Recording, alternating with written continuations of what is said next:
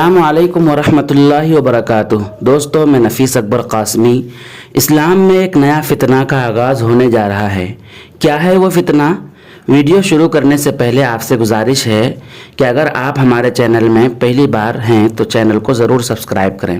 دوستو، 17 جولائی کے نیوز کے مطابق اسلام میں ایک فتنہ پیدا کیا جا رہا ہے۔ جھارکھنڈ میں جمشید پور کے پاس کپالی تاج نگر میں مہیلاؤں کے لیے الگ مسجد بنائی جا رہی ہے۔ یہاں مردوں کے داخلے پر پوری طرح سے پابندی رہے گی۔ اسلام دھرم گروؤں کا کہنا ہے کہ مہیلائیں امامت نہیں کر سکتی ہیں۔ مسجد بنوانے والے ڈاکٹر نور الزما خان کا کہنا ہے کہ جب عورتیں مردوں کے ساتھ حج کر سکتی ہیں تو مسجد جانے سے اعتراض کس بات کا ہے؟ دوستو، یہ تھا نیوز۔ اب ہمیں دیکھنا یہ ہے کہ کیا اسلام میں اس طرح کا کہیں پر ثبوت ملتا ہے؟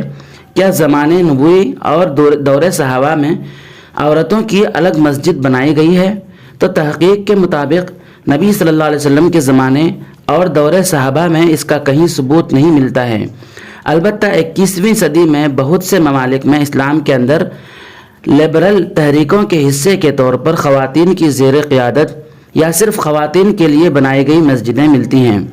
جہاں تک مسائل کی بات ہے تو علامہ یوسف بن نوری ٹاون کراچی سے کسی نے سوال کیا تھا۔ اس سوال کے جواب میں فرمایا ہے کہ رسول اللہ صلی اللہ علیہ وسلم کے پاکیزہ دور میں بعض مسائل مثلاً خواتین کے لیے اسلامی عقائد احکام کی تعلیم کی خاطر عورتوں کو مسجد میں آ کر نماز باجماعت ادا کرنے کی اجازت دی گئی، بلکہ بعض احادیث میں آپ صلی اللہ علیہ وسلم نے انہیں روکنے سے بھی منع فرمایا، لیکن خود رسول اللہ صلی اللہ علیہ وسلم نے عورتوں کے لیے جہاں تک ممکن ہو مخفی مقام پر اور چھپ کر نماز پڑھنے کو پسند فرمایا اور اسے ان کے لیے مسجد نبوی میں نماز پڑھنے سے بھی زیادہ فضیلت اور ثواب کا باعث بتایا۔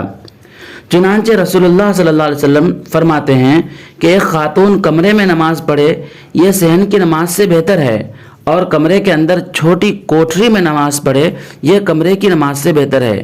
لیکن رسول اللہ صلی اللہ علیہ وسلم کے پردہ فرمانے اور اسلامی حکام کی تکمیل اور تعلیم کا مقصد پورا ہونے کے بعد جب عورتوں کے خروج کی ضرورت بھی نہ رہی اور ماحول کے بگاڑ کی وجہ سے فتنے کا اندیشہ ہوا تو حضرت عمر رضی اللہ تعالی عنہ نے عورتوں کے نماز میں حاضر ہونے سے منع فرما دیا، اور حضرت عمر کے اس فرمان پر صحابہ کرام رضوان اللہ تعالی علیہم اجمعین نے اعتراض نہیں کیا، بلکہ حضرت عائشہ رضی اللہ تعالی عنہ فرماتی ہیں کہ اگر نبی صلی اللہ علیہ وسلم وہ حالت دیکھتے جو عورتوں نے پیدا کر دی ہے تو عورتوں کو مسجد میں آنے کی اجازت نہ دیتے۔ ان وجوہات کی بنا پر فقہاء کرام نے فتویٰ دیا ہے کہ عورتوں کا مسجد میں جانا مکروہ ہے۔ دوستو، آپ کا اس سلسلے میں کیا خیال ہے؟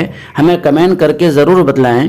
پھر ملتے ہیں کسی نئی ویڈیو کے ساتھ۔ السلام علیکم ورحمۃ اللہ وبرکاتہ۔